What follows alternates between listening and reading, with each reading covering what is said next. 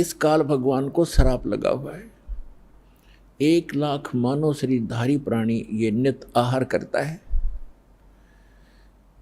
परमेश्वर ने आके बताया हमारे को, जैसे परमेश्वर चारों युगों में आते हैं और जो ये सत्संग चल रहा है ये उसी उपलक्ष्य में है कि ये वो शुभ दिन है जिस दिन परमात्मा ने हमारे ऊपर दया करी। कलयुग के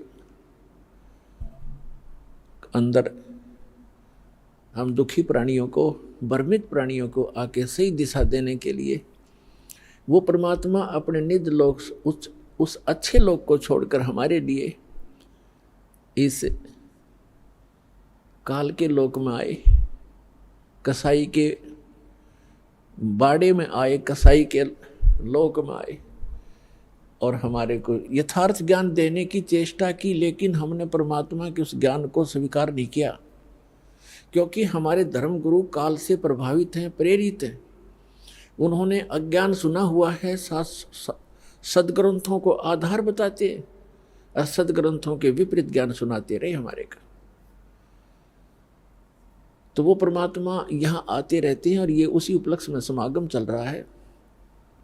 सतगुरु आए दया करी, ऐसे दीन दयाल, बंदी छोड़ वृद्धतास कहा, जठरगनी प्रतिपाल। सतगुरु आए दया करी, परमात्मा सतगुरु रूप में आए, हमारे ऊपर मेहर करी।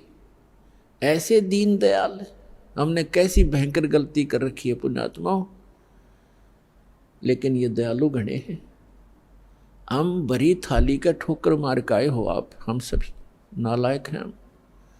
वहाँ में सर्व सुख प्राप्त थे सतलोक में, आपको सर्व सुख सुविधाएं थी, विमान था प्रत्येक का अलग अलग, वहाँ पर हर प्रकार की सुविधाएं थी। सदाबहार वृक्ष है, झरने बह रहे हैं, कोई गर्मी और सर्दी नहीं है, सुंदर शरीर, युवा शरीर रहता है, गर्मी सर्दी मच्छर माखी कुछ नहीं, किसी चीज़ का अभाव नहीं, कोई दुर्घटना नहीं।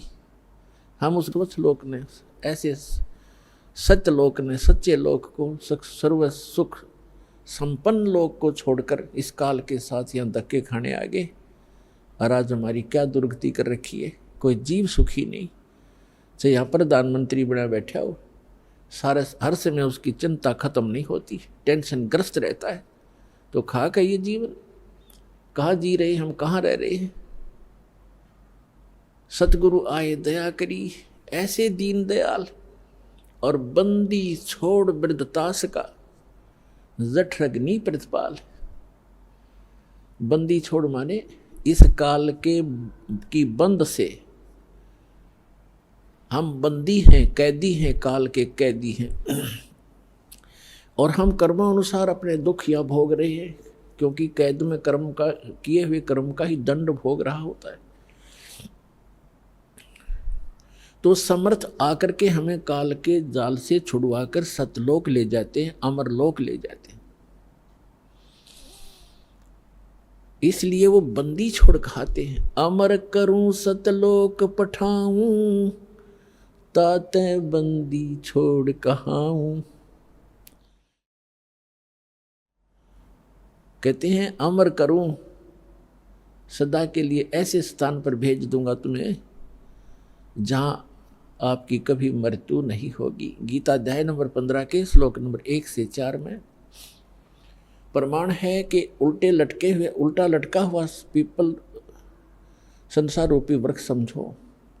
इसके ऊपर को मूल है, नीचे को तीनों गुण, रजगुण ब्रह्मा सद्गुण विष्णु रूपी शाखाएं हैं। और जो संत इसके सभी विभाग बता देता है अलग अलग करके, स वेदविद, वो वेद के तात्पर्य को जानने वाला है, वो तत्वदर्शी संत है। और ये भूमिका परमात्मा ही कर सकता है तत्वदर्शी संत की, और कर नहीं सकते। तत्व का अर्थ है पूर्ण रूप से सत्य ज्ञान आधार से जो ज्ञान प्रचार करता है वो तत्वदर्शी होता है। यहाँ के ब्रह्मा जी को मालूम नहीं, कहता है मैं पता नहीं कहाँ से उत्पन्न हो गया और कौन मेरे जनक हैं। तो ब्रह्मा जी से ही ज्ञान आगे सबको प्राप्त है, इंक्लूडिंग विष्णु और शिव जी तक, उसी से ज्ञान प्राप्त है। तो उसके बाद कितने ऋषि महर्षि अपनी चतुरता दिखाते रहे, वो तत्वदर्शी कैसे हो सकते हैं? वो परमात्मा की एक प्रश्न का उत्तर नहीं दे पाए आज तक। सतयुग से लेकर कलयुग तक परमात्मा चारों युगों में आते रहे और यहाँ ज्ञान प्रचार करते रहे। प्रश्न किया करते हमारे धर्मगुरुओं से कि कौन ब्रह्मा का पिता है, कौन विष्णु की माँ, और शंकर का दादा कौन है, हमको पंडित जी दो बता। ये ज्ञान का उत्तर ना दे करके उनके साथ झगड़ा ठाना करते थे। और इनको अजर अमर अविनाशी, इनका कोई जनक नहीं, सर्वेश्वर है, महेश्वर है, कालज्य है, मृत्युंजय है, ऐसे कहकर ये हमें भ्रमित किया करते थे। तो परमात्मा हमारे को यहाँ से काल के जाल से निकालने के लिए आते हैं। कहते हैं अमर करूं सतलोक पठाऊं, ताते बंदी छोड़ कहाऊं। बंदी छोड़ का अर्थ है कर्मों के बंधन से हम यहाँ बंधे हुए हैं। हमारे इन बंधन को काटकर भगवान हमें मुक्त कराता है।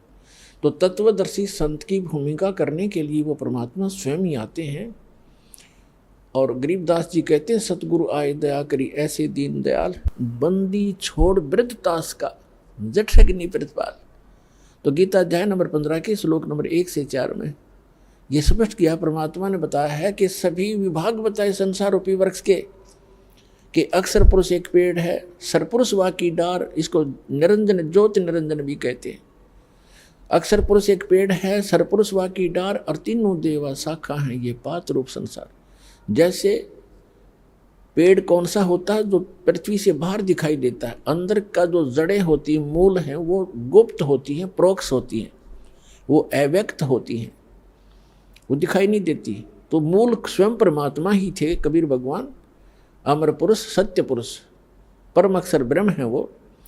और उसके बाहर जो दिखाई देता उसके विषय में उन्होंने बताया कि अक्षर पुरुष ये तना समझो, और सरपुरुष वा की डार, जो मोटी डार निकलती है उसको ब्रह्म समझो, और तीनों देवा शाखा हैं, उस शाखा उस डार के आगे 3 शाखा समझो, ये रजगुण ब्रह्मा सदगुण विष्णु तम गुण शिव जी जानो। एक बार चित्र को देख लीजिए फिर आसानी से समझ पाओगे। ये एक चित्र है, ये कंप्लीट चित्र देखो।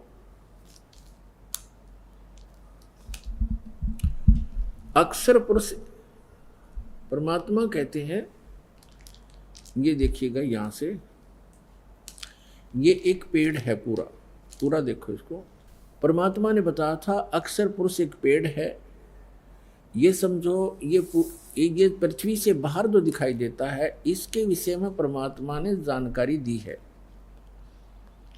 कि अक्षर पुरुष ये तना जो है ये तो अक्षर पुरुष है, और सरपुरुष वा की डार, और तीनों देवा शाखा हैं ये पात रूप संसार।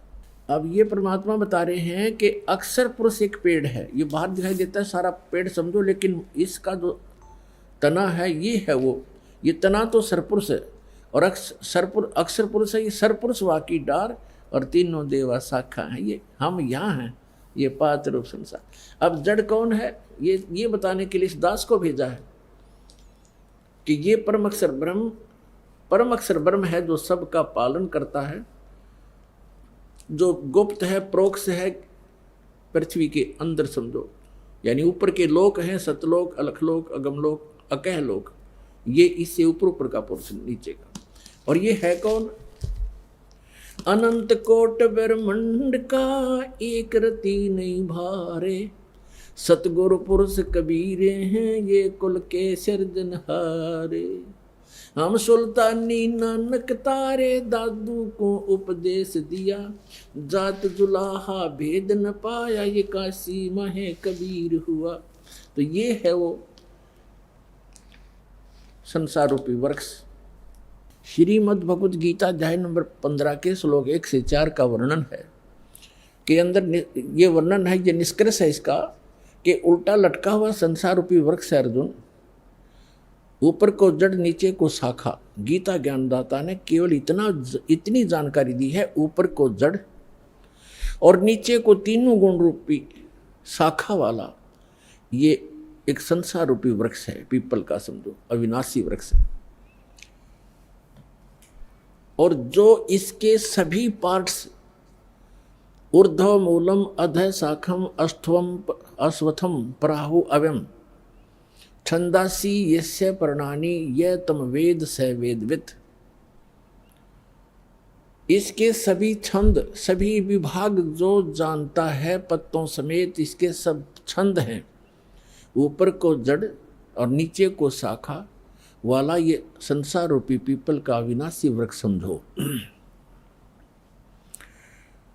और इसके पत्ते आदि सभी छंद हैं, और जो इन सभी विभागों को जानता है, सब न्यारे न्यारे बताता है, स वेदवित् व तत्वदर्शी संत है। तो श्रीमद् भगवद गीता के इस अध्याय 15 के श्लोक 1 में जो वर्णन है कि वो वेदवित्, वो तत्वदर्शी संत सतगुरु होगा, वो कौन है? अक्सर जिसने ये वाणी बोली है अपने सुख संवेद में, सच्चिदानंद घन ब्रह्म ने उस तत्व ज्ञान में बोला है, तो वो सतगुरु भी वही हैं। तुम साहेब तुम संत हो, तुम सतगुरु तुम हंस, गरीब दास तुम्हारे रूप बिना और न दूजा अंश। तुम साहेब तुम संत हो और तुम ही सतगुरु, सच्चा ज्ञान देने वाले अध्यात्म मार्ग का यह सर्व ज्ञान, और आप ही हंस हो, तुम ही सच्चे भक्त रूप में भी आप ही एक भूमिका करें। तो यहाँ बताया है कि उस परमेश्वर ने बताया अक्षर पुरुष एक पेड़ है, सरपुरुष वा की डार, और तीनों देवा शाखा है ये पात रूप संसार। श्रीमद् भगवद गीता अध्याय नंबर 15 के श्लोक नंबर 1 से 4 का निष्कर्ष है कि ये ऊपर को जड़ और नीचे को तीनों गुण रूपी शाखा वाला संसार रूपी पीपल का वृक्ष अविनाशी जानो। और जो संत इसके सभी विभागों को जानता है वह तत्वदर्शी संत है, और उसके पास तत्व ज्ञान है। श्रीमद् भगवद गीता अध्याय नंबर 4 के श्लोक 32 में स्पष्ट किया है कि परमात्मा ही सच्चिदानंद घन अपने मुख कमल से यथार्थ ज्ञान तत्व ज्ञान बोलता है। जो परमेश्वर के मुख कमल से उच्चरित वाणी होती है वो तत्व ज्ञान है। उसके अंदर आध्यात्मिक यज्ञों का यानी आध्यात्मिक अनुष्ठानों का विस्तृत विवरण होता है, और उसको जानने के बाद फिर सभी कर्मों से सभी पापों से मुक्त प्राणी हो जाता है। वो तत्व ज्ञान स्वयं परमात्मा अपने मुख कमल से ब्रह्मणे मुखे, अपने मुख कमल से बोलकर वो वाणी उच्चारण करता है। सच्चिदानंद घन ब्रह्म की वाणी में विस्तार से कहे गए हैं वो तत्व ज्ञान है। चौथे अध्याय के 34वें श्लोक में कहा है कि अर्जुन उस तत्व ज्ञान को जो गीता ज्ञान से अन्य है, उस तत्व ज्ञान को तत्वदर्शी संतों के पास जाकर समझ, उनको दंडवत प्रणाम करने से, कपट छोड़कर उनकी सेवा करने से, सरलतापूर्वक प्रसन्न करने से वो तत्वदर्शी संत तुझे तत्व ज्ञान का उपदेश करेंगे। तो 15वें अध्याय के प्रथम मंत्र में उसकी पहचान बताई है श्रीमद् भगवद गीता में, कि जो इस ऊपर को जड़ नीचे को तीनों गुण रूपी शाखा वाला, तीनों गुण रूपी शाखा वाला ये संसार रूपी वृक्ष समझो, और इसके सभी विभाग पत्ते आदि इसके सब विभाग हैं। और जो संत इन सब विभागों को जानता है, सब पार्ट्स जानता है, इसके अंग भिन्न भिन्न बताएगा, स वेदवित् वो तत्वदर्शी संत है। और 15वें अध्याय के 4 श्लोक में कहा है कि उसके पश्चात तत्वदर्शी संत से तत्व ज्ञान प्राप्त करके इस अज्ञान रूपी अंधकार में उलझे हुए इस अज्ञान को काटकर, तत्व ज्ञान रूपी शस्त्र से इस अज्ञान को काटकर, उसके पश्चात परमेश्वर के उस परम पद की खोज करनी चाहिए, जहां जाने के बाद साधक फिर लौटकर संसार में कभी नहीं आते, और केवल उसी परमात्मा की भक्ति करनी चाहिए जिसने सर्व ब्रह्मांडों की रचना की है, सबका रचनहार है, सर्व उत्पादक है वो। तो दास जो ये बताना चाहता था, सतगुरु आए दया करी ऐसे दीन दयाल, बंदी छोड़ वृत्तास का जठरग्नि प्रतिपाल। अमर करूं सतलोक पठाऊं ताते बंदी छोड़ कहाऊं। अमर करूं, उस परमात्मा के तत्व ज्ञान के आधार से सत साधना करने वाले प्राणी वहां चले जाते, फिर लौटकर कभी संसार में नहीं आते। श्रीमद् भगवत गीता अध्याय नंबर 18 के श्लोक नंबर 62 में कहा है कि अर्जुन तो सर्वभाव से उस परमेश्वर की शरण में जा जो गीता ज्ञानदाता से अन्य है। उसकी कृपा, उस परमेश्वर की कृपा से तू परम शांति को और शाश्वत स्थान को, अमर लोक को, जिसका कभी एंड नहीं होता, कभी नाश नहीं होता, उस स्थान को, शाश्वत स्थान को प्राप्त हो जाएगा। अपने आत्मा, ये ज्ञान भगवान ने 600 वर्ष पहले बताया था। और फिर उन महापुरुषों को मिले परमात्मा आकर के, जो उनका गुण है, विधान है, अच्छी आत्माओं को मिले। आदरणीय धर्मदास साहिब जी को, आदरणीय मलुकदास साहिब जी को, आदरणीय नानक साहिब जी को, आदरणीय दादू साहिब जी को, आदरणीय गरीबदास साहिब जी गांव छुड़ानी जिला झज्जर हरियाणा वाले को, आदरणीय गीसा दास साहिब जी को गांव खेखड़ा उत्तर प्रदेश जिला बागपत वाले को, और स्वामी रामानंद जी काशी वाले को, महर्षि को। तो उन महापुरुषों ने और स्वयं परमात्मा ने हमारे को सचेत करने की चेष्टा की कि जो साधनाएं, जो भक्ति तुम कर रहे हो और जिस भगवान को तुम परमात्मा माने बैठे हो, वो परमात्मा नहीं है। जिस स्वामी को, जिस प्रभु को आपने परमात्मा मान रखा, ये परमात्मा नहीं है। परमात्मा की परिभाषा होती है जो श्रेष्ठ आत्मा हो। श्रेष्ठ आत्मा कभी किसी को मारता नहीं, किसी की टांग नहीं काटता, किसी को अंधा नहीं करता, किसी को रोगग्रस्त नहीं करता, वो परमात्मा होता है। अब कई अनजान जो बिल्कुल माइनस जिनकी बुद्धि होती है जातम में, वो कहते हैं कि हम इस बात से चिंतित हैं कि भगवान है कहाँ। भगवान होता तो ये हालत होती लोगों की। जैसे अभी एक दुखद खबर हम सुन रहे हैं कि केदारनाथ और बद्रीनाथ के दर्शनार्थ गए हुए श्रद्धालु इन अज्ञानी आचार्यों, शंकराचार्यों द्वारा भ्रमित किए हुए वहाँ भगवान खोजने गए थे। और आज खबरों में सुनने को आ रहा है कि 15-20 हजार व्यक्ति मारे जा चुके। फ्लड में बादल फट गया और केदारनाथ के मंदिर का पता नहीं कहाँ गया, एक शिवलिंग खड़ा हो टूंड सा। तो पुण्यात्मा परमात्मा 600 वर्ष पहले आए। उसके बाद उनके द्वारा उनसे के ज्ञान से परिचित महापुरुषों ने यही ज्ञान सुनाया। और वो कहा करते थे, चारों युग में संत पुकारे और कूक कहा हम हेल रे, हीरे माणक मोती बरसे ये जग चुगता ढेल रे। परमात्मा 600 वर्ष पहले बताया करते थे।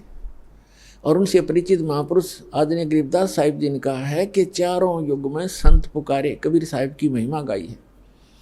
और कोक कहा हम हेल रे, हमने रुक के मार मार के, आवाज़ लगा लगा के, शोर मचा मचा के बता दिया कि हम तत्व ज्ञान और सत साधना रूपी हीरे मोतियों की वर्षा कर रहे हैं। आप इनको नहीं उठा रहे हो, ग्रहण नहीं कर रहे हो। और आन उपासना रूपी इन भ्रमित किए हुए आचार्यों और शंकराचार्यों, ऋषियों, महर्षियों, मंडलेश्वरों के द्वारा भ्रमित किए हुए आप बहुमूल्य वस्तु को छोड़कर कंकर पत्थर इकट्ठे कर रहे हो। या आन उपासना, इन तीर्थों पर जाके मत्था टेकना, वहाँ दर्शनार्थ जाना, कल्याण की इच्छा करना, ये तो आपकी भूल है, बाल बुद्धि है। कंकर पत्थर इकट्ठे, हमरा ज्ञान किन्हें ना सुनिया, और ये पर भी लेन जात है दुनिया। पुण्यात्माओं, हमें बड़ा दुख है कि हमारे भाई बहन वहाँ किसी गंदी मौत मरे केदारनाथ की इस दुर्घटना में। कलेजा मुंह को आता है। हमारी ही दशा ऐसी हो रही है उनकी इस दीनता को देखकर। कोई भूखा मर के अचानक बैठे हैं धर्मशाला की, धर्मशालाएं बह गई है। कोई सो रहा था, कोई भगवान के गुण गा रहा था, आज उनका पता नहीं कहाँ चले गए। तो पुण्यात्माओं, जिनके वो सदस्य मरे होंगे उनकी क्या हालत होगी। तो कैसा है ये लोग। यहाँ संतों ने, महापुरुषों ने बताया है। नानक साहिब जी कहते, ना जाने काल की कर डारे, और किस विध ढल जा पासावे, और जिनाते सरते मौत खुड़क दी, उन्हां केड़ा हासावे। तो पुण्यात्माओं, परमात्मा स्वयं आकर के हमें ज्ञान सुनाया करते थे। इन अज्ञानी गुरुओं ने काल प्रेरित होकर अपने स्वार्थवश हमारे तक यथार्थ ज्ञान भगवान का दिया हुआ आने नहीं दिया। और कबीर साहब को एक दुल्हा, एक धानक, एक निर्धन व्यक्ति, और फिर लास्ट में एक कवि, और ज़्यादा ही किसी ने उपमा दी तो एक भक्त कहकर उनकी फाइल को क्लोज कर रखा था, उनकी हिस्ट्री बंद कर दी थी, लाल को कूड़े के ढेर में डाल दिया था। इस दास को पारखू बनाया, जौहरी बनाया। इस दास ने उस लाल की परख की और ढंढोरा पीटा, अनाउंसमेंट करनी शुरू कर दी कि ये लाल है जिसको तुम पत्थर मान रहे हो और जिनको तुम हीरे मोती समझते हो, वो कौड़ी है, वो बहुमूल्य नहीं है। ठीक है, इस प्रचार के लिए, अपने भाई बहनों तक ये सत्य संदेश पहुंचाने के लिए दास ने और दास के साथ पूर्व पहले समय से लगे हुए मेरे बच्चे और बेटियों ने बहुत कुछ कठिनाइयों का सामना अवश्य करना पड़ा। जेलों में जाना पड़ा, जगह जगह इन नकली लोगों ने, झूठों ने हमारे ऊपर झूठे मुकदमे भी बनवाए बच्चों के ऊपर। लेकिन हमें पता लग गया है कि वो अनजानपने में ये सब कुछ कर रहे हैं। जिस दिन उनको भी ये ज्ञान होगा, वो भी उसी भगवान के बच्चे हैं और वो हमारे साथ हो जाएंगे, उनका कल्याण हो जाएगा। हमारा उद्देश्य किसी की भावनाओं को ठेस पहुंचाना नहीं, हमारा उद्देश्य उनको सही दिशा देना है कि जिससे आपका भी, आपके परिवार का भी, और आपके जो इस गलत साधना करके चले गए, मृत्यु को प्राप्त आज प्रेत पितर बने हुए, उनका भी उद्धार हो जाएगा। इस साधना से जो दास बताता है।